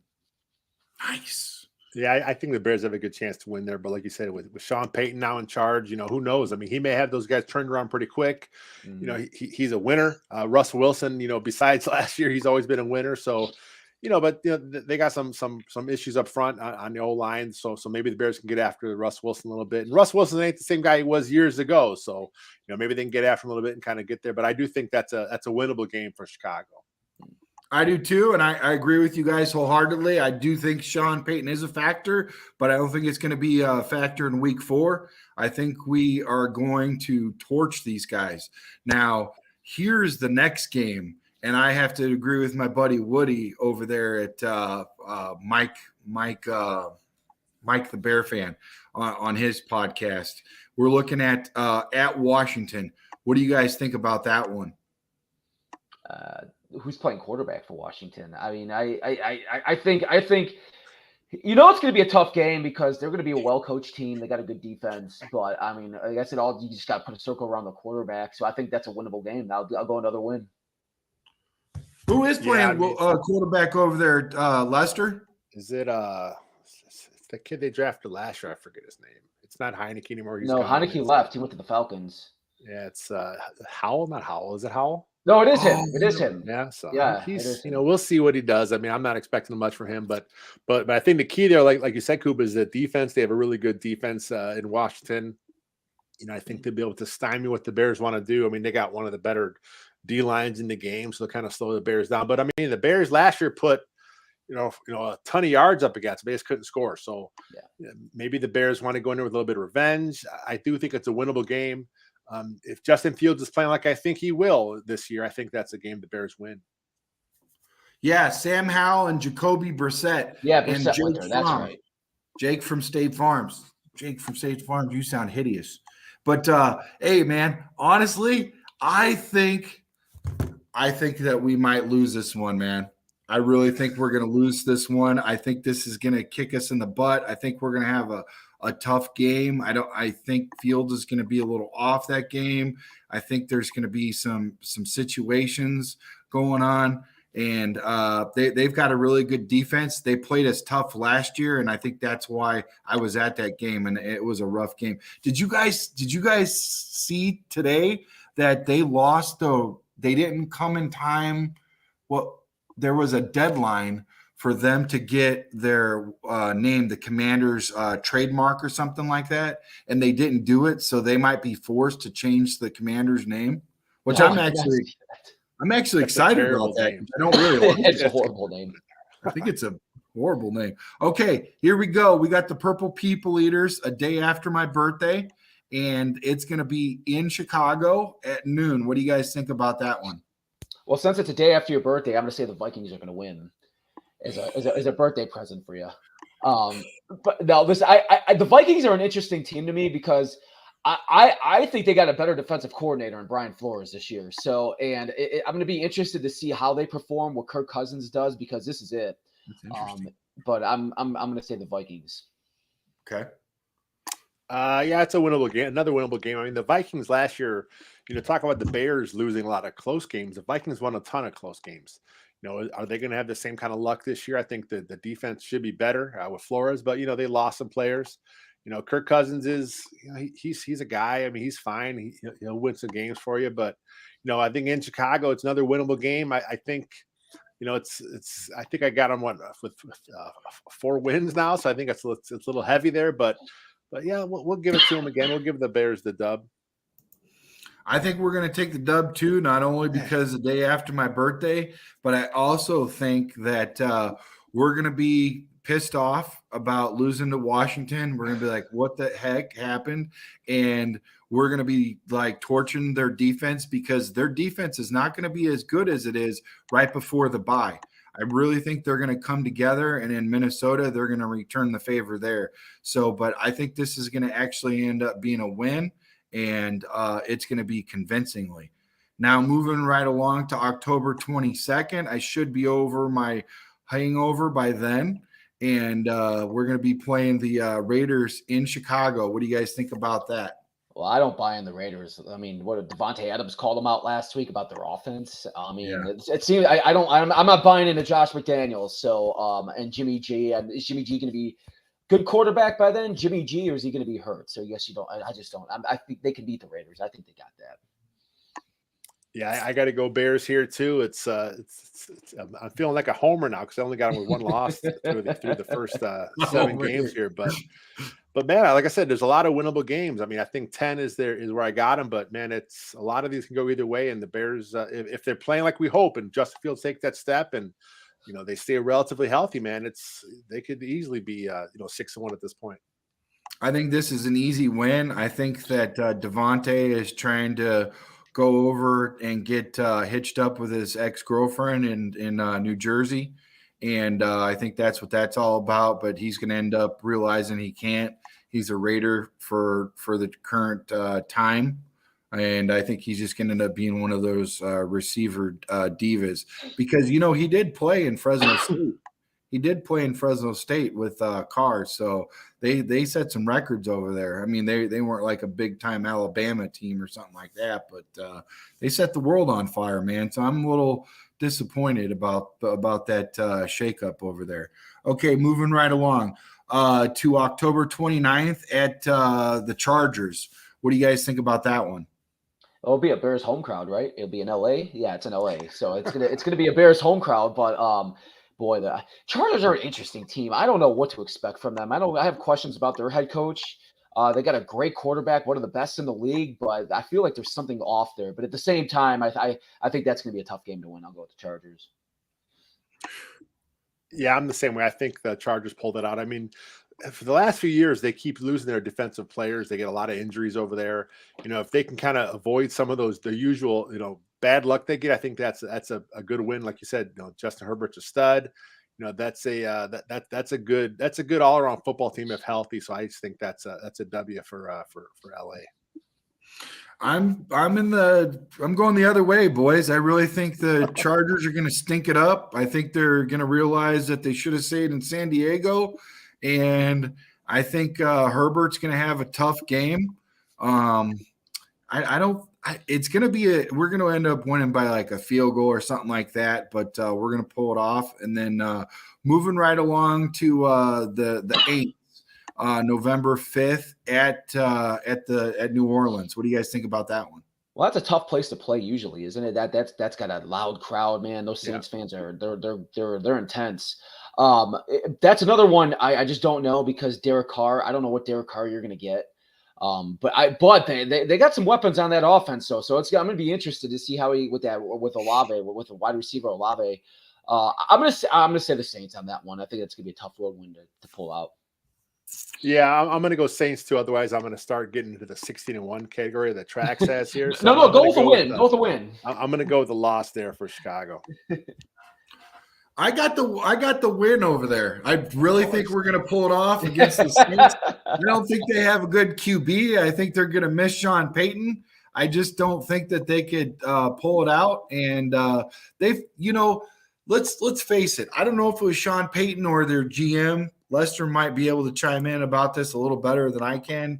Maybe not. I know he covers Chicago very well, but I'd have to say if anybody was well diverse in the NFL, he'd have a better chance at it than me or you, Coop. But I really think that he put them in a tough spot. I mean, they had a huge cap casualty. They've had to figure stuff out. I mean, one year I didn't even know that they were gonna. Was it last year or the year before?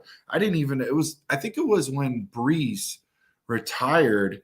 They were starting to have cap issues. So I think they've been hit pretty hard. And I heard a guy on a podcast saying that he was hoping they got a defensive lineman because they have huge defensive issues. So I think that Fields and company, and we're going to run it down their throat. We're going to find a way to stop their running back, and we're going to end up winning that game.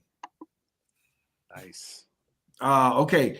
And now we're in the Panthers. I mean, come on, dude. Do we even really have to? Come on. We fleeced their team. Come on. Do we have to go over this? Huh? That's a win for the Bears. Yeah, it's a win. But you know what? I think their quarterback's in a good situation there, though, with Frank Reich. So Yes. I think they could be very good in the next couple of years after year one, his struggles. Yeah. Do you think it's going to take him as long as it did Fields to become good? And honestly, hey, keep in mind, guys, Fields hasn't really had a true 2 full years. This kid is literally a year and some change if you add it all up. So he was sitting under the red rifle, and now the red rifle's over there, and he's the starting quarterback. And I'm like, what's going on with this red rifle? Why do they keep putting this guy in as like a placeholder instead of just letting the guy start like Peyton Manning did? You know what I mean? Like, let the guy freaking play, man. You know? Well, I think Coop mentioned that's a much better situation going with Frank Reich's offense and as your main play caller than it was with Justin Fields going into the Matt Nagy system and scheme. And Matt Nagy's shown that he's not really much of a play caller. He can't really know how to. He has a few nice designs, but he can't find a rhythm. But Frank Reich has proven and he's done it. It's a much better situation for Young. I think he'll be fine there. I think in a couple of years that team, they'll be much better than where they are this year. But then this year is like an extra win for the Bears. The Bears need that win because that drops their draft pick down even further. And the Bears know that. I mean, that's going to be a big game for the Bears there.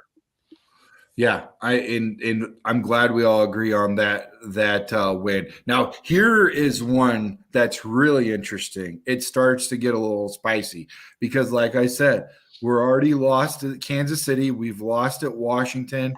All the others are for sure wins everywhere except for. So we've lost 2 so far, right, guys? Now, solid. So now we're gonna play in where they said that we're gonna bite their kneecaps off. You know what I mean? But potentially they've had some issues too, Lester. They had to get rid of quite a few guys because of gambling issues. So I don't know if they filled those roles in the draft or what's going on, but that might set them back a little bit. What do you guys feel about that? The Jared Goff and the Lions at noon in Detroit. I think the Lions are going to have a pretty good team this year. I mean, I like David Montgomery going there. I like the running back they drafted. I watched a little bit more film on that running back they drafted and watching him catching the ball. That dude's a great receiver too. Like that dude's a stud, man. Like I was questioning why they drafted a running back that high, but then you watch and I'm like, okay, I get it now. So I think it's going to be – I think we're going to split with them. I think we're going to lose this one, but we're going to beat them at home if we want to preview it out. Wasn't the last quarterback drafted that early, like Joseph Adai or something? Like it's been a while freaking since a running back has been drafted in the first round. Watch the film on that guy, though, man. He's a stud, dude. He's good. I mean, if he translates to the NFL what he did in college, he's going to be a special player. Yeah. I mean, Dan Campbell of the Lions said he was their top back on their board. They had him rated higher than Bijan Robinson. So they obviously love what they have in Gibbs. And I think that's just that's going to be a tough one for the Bears in Detroit. The Lions, they should build off what they did last season. They've been drafting really good the last few years. So I think Jared Goff he's fine. I kind of put him in that Kirk Cousins category. He's just good enough, but But I think with this team, with this offense, that O line, the running game, I think the Lions are going to be pretty good this year, and I think they get that one from the Bears. Okay, all right. Well, guys, I really think this is our third loss of the season. Oh, I think the Lions are not going to be the Lions this time around. I do think after the bye, we are going to turn them into purring kittens, and we're just going to tear them up. Our knees are going to be healed, and we're just going to tear them up. So, but right now, this is going to be one of our first losses in a long time. So now we go over on a Monday night game, a primetime game. Coop, you know about the primetime, bro. You're in the lights. You know what it's like to be in there. It's an ESPN game, and we're playing against the Vikings. I'll tell you what, man, going to a Vikings home game, that place is loud, especially if they're winning. Yeah, with those horns, man, that place is loud. You walk out of there and you can't hear anything. I'm gonna say the Vikings on that one. That's gonna be a tough one. Yeah, I'm gonna say I had the Bears beating them the first time around in Chicago, but I think in Minnesota it's a tough place to play, and by then I think the Bears are gonna have to find themselves a little bit because they're coming off a loss in Detroit. They'll take another loss in Minnesota, but yeah, I got the L there too. Mm-hmm. Well, at this point, you guys have beat me up pretty well, so I'd have to agree with you guys and go ahead and say that we're going to take a second loss in a row. First time in the season, we're going to get 2 losses in a row. But we're going to lead up into a bye, and we're going to lick our wounds. And then we're going to, after we lick our wounds and get some rest and get our guys healed and all fired up, Fields is going to rally the troops, and we're going to play Detroit yet again in just 3 short weeks. We're going to be playing Detroit, and it's going to be in Chicago at noon, December 10th on Fox. What are your thoughts, Coop? Now, that's the day after my birthday, damn it, so they're going to win. I said they're going to split. What? Oh, man. See? Karma, dude. Yeah, they're going to split. I think they'll split the Lions. I really do. I think they can win that game. Yeah. What do you think, Lester? Yeah, I'm going to say that's a good chance the Bears win that one. Off the bye. Like I said, last year the team was so bad. They couldn't really take advantage of the bye week. But I think this year they're the better team all around. They have more talent, up and down the roster. They'll take that rest. They'll really, take it and relish in it, and they'll come out and they'll get their revenge and win the second game against Detroit. All righty. Okay. Yeah, so I'm going to agree with you there. I think this is going to end up being a win. And like I said, we couldn't pull it off a few weeks back in Detroit, but I think we're going to handle business at home, and we're going to handle it in a very good fashion. It's going to be a great game. I think Tremaine is going to go off. Okay, here we go. TBD. What does this mean? What's going on here, Lester? What's this TBD at Browns? They just haven't set the day of time for that game. The entire week 15 for some reason in the NFL. I'm not sure the reason, but all the games across the league have got that kind of waiting to see what the schedule happens there. But I think that's I'll let Coop go first since he's been kind of going first all the whole time here. So. What Deshaun Watson is going to be showing up this year. But did you see the Browns have really upgraded on their defense? And I was watching some of their videos earlier today. They got the safety now from the Chiefs, who's bringing in all the leadership. And he's talking about winning. They got Darius Smith over there. They got Tomlinson over there from the Vikings. You go with Garrett. I mean, their defense is stacked. And I guess if Deshaun Watson plays anything like he did a couple of years ago or anything like that, I think that the Browns are going to be a very good team this year. If he doesn't, and he plays kind of like what he did last year, and he was rusty, I think they're not going to win many games. So I'm going to say Cleveland on this one. I'm going to think that Deshaun Watson's going to be better than what he was last year. Same. Yeah, I think Watson. I mean, he showed a couple of years ago he's one of the best quarterbacks in the game. What he did with the Texans there, and last year he missed 12 games, so he definitely came back and he just wasn't the same player. But now he has a full off season. He'll have the full preseason. He'll have his entire season leading up to this, as long as he's healthy. But that defense is really good. The offense is, they have one of the best backs in the league. They have an incredible offensive line. I think they just have more weapons than the Bears do. I think they pulled that one out in Cleveland.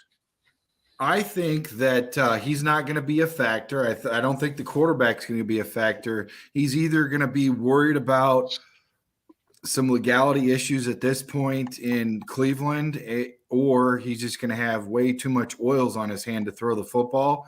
I think he's going to fumble a couple times, and the Bears are going to pick up the ball, and they're going to take it back to the house. I think we're going to end up actually winning by a few scores, two and a half, maybe 3 scores. We're going to beat the bricks off of the Browns in Cleveland. December 24th, a day before Christmas. Do we get our early Christmas present under the tree at 3:25 versus the Cardinals in Chicago? What do you think, Coop? Yes, you can move on. That team's going to be terrible. Yeah, that's a bad team. They're quietly tanking, I think, this year. We'll see what happens with the quarterback, Murray. I mean, but I think they want to just kind of take this year as a reset. That's a bad team. Mm-hmm. I'm the same way, guys. I think it's another win.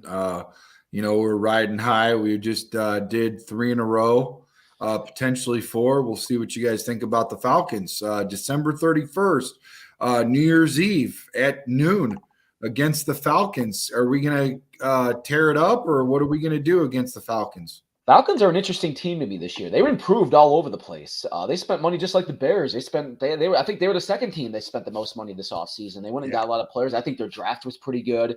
What's their quarterback going to be, though? What is it going to be? Desmond Ridder, the Cincinnati kid that I saw playing for so many years when I lived there, or is it going to be the guy Heineke from Washington? I don't know. I don't know how they're going to play. So that's going to be tough, though. I'll say the Bears on that game.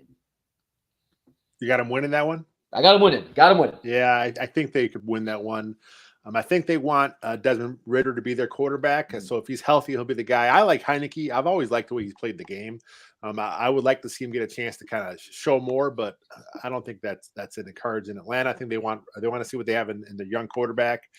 So I think he's just – but I don't believe in him. I don't think he's very good. So I think that's going to be a game the Bears can pull out. I think we're going to spank them. I think the Bears going to eat the Falcon and swoop it out of the sky and just tear it up. I think we're going to end up winning by several touchdowns, and it is just going to be a beatdown from the old Bears to the new Bears. We're just going to spank them up. So now here's the deal. Here's another TBD. Lester, what's going on, man? In Green Bay, what's going on, guys? What do you think? You're going to hear MVP chants for Jordan Love, and they're going to beat the Bears. Wow. Take that. What do you think of that, huh? You have the Packers sweeping the Bears. Then, I do. Yeah. I'm a secret Packer fan. Oh, man. I think week at this point, I think since I went 10 wins with my prediction a few weeks back, I got to go with the L here. That makes me perfect at 10-7, like I said. But we'll see what happens. I mean, I'm not sure Jordan Love's the guy. We'll see what happens the last week. Maybe the Bears have something to play for. Maybe the Packers have a draft pick to play for. So who knows? But I think at this point in the season, I'm going to go with the Packers. And it pains me to say. This is very interesting for me, guys, because I have a hard time. This is a flex loss for me, flex win. I potentially think that we could sweep Green Bay, but it all depends on what happens. I know for the most part, their receivers all went over to New Jersey, right? There's a lot of moving parts, a lot of things that are happening, guys coming in and out, whatever. They got a new guy at the helm. It's the end of the season. They don't have nothing to play for. I mean, they're going to pack it in and hopefully get a better draft pick, but they're going to be middle of the road, and they're even going to mess up getting good draft picks, because I think they're going to have probably about 6 or 7 wins, and that's going to put them in the middle of the first round next year. Or did they give up their first round draft pick to New Jersey? So do they even – maybe they try to win. This is why I have a really hard time figuring whether this is going to be a win or a loss. But in the end, I am going to have to say that this is going to be a loss and stick to my 13-4 record. But I wouldn't be surprised if we flexed to 14 wins. So you did the math on the fly there, man. That's good. I thought your math I'm was sitting there bad. counting in my mind. I can't even count right now. So I'm like, wait, how many wins did I have? Well, you know what? I can't count either because I told Lester we only need him for like 30 minutes, and I'm just gushing that he's on. It's been so long, man. He's so awesome, and I see exactly why people hold you over longer than they probably should. And thank you for your time, brother. It's always a pleasure to have you, and oh man, it's great. So, hey, as if we don't already know where to find you, just let's do the drill. Where can we find you at? What's going on? Any new things going on? And what's up? Yeah, we got I know we got 2 podcasts dropping tomorrow. One is going to be audio only. Taylor talked about it earlier. She has her show come out tomorrow morning. And then, of course, we have Mason's Bare Bones. He'll do the podcast and video thing on our video channel, Second City Gridiron. Anything I do is at windycitygridiron.com. And, of course, you can find me on Twitter at Wiltfong JR. Okay, awesome. And that's where we'll find you. And hey, I'll tell you what, you guys have been a real pleasure having everybody on the show. I mean, Jacob's been on. It's been amazing. Pretty soon, your counterpart from you guys still do the beers and balance or beers and what's the Beer and Balanced? Yeah. That's one of the shows I do. I do that one with Jeff Burkus. I do that show with him, and then I have my own podcast, Tea for Man's Conversation. During the season, I do it with usually with Mason. I got to see if he's doing it this year because it's to look in his perspective because he's a doctor, so he kind of gives a good perspective on all the Bears injuries. Oh wow, that's cool. That's really cool. Yeah, I talked to I talked to him the other day, and I let him know that I potentially might find you guys out there for that camp and sit there with you guys and whatever, and then maybe go grab a bite to eat when the camp's over or something like that, and see if we can have you guys on after all that, and just the 3 of us get together, chop it up with Coop or Foz or whoever's where on Monday or Wednesday, however it works out with your schedule, since you got so many irons in the fire. But everybody's thanking you right now. They're all over the place. There's Douglas. Thank you guys. And Taylor, excellent show tonight. Linda Sams Baker, thanking you. Facebook user, thanks Lester, enjoyed it. And there's Linda again. Thanks, all you guys did an awesome job on the show. So guys. Yeah, thanks we for having me love on. you. It was fun. Yeah. All right. Have a good night. All right, take it easy, guys. See it. Man, Matt, that was really cool, wasn't it? That was a great show.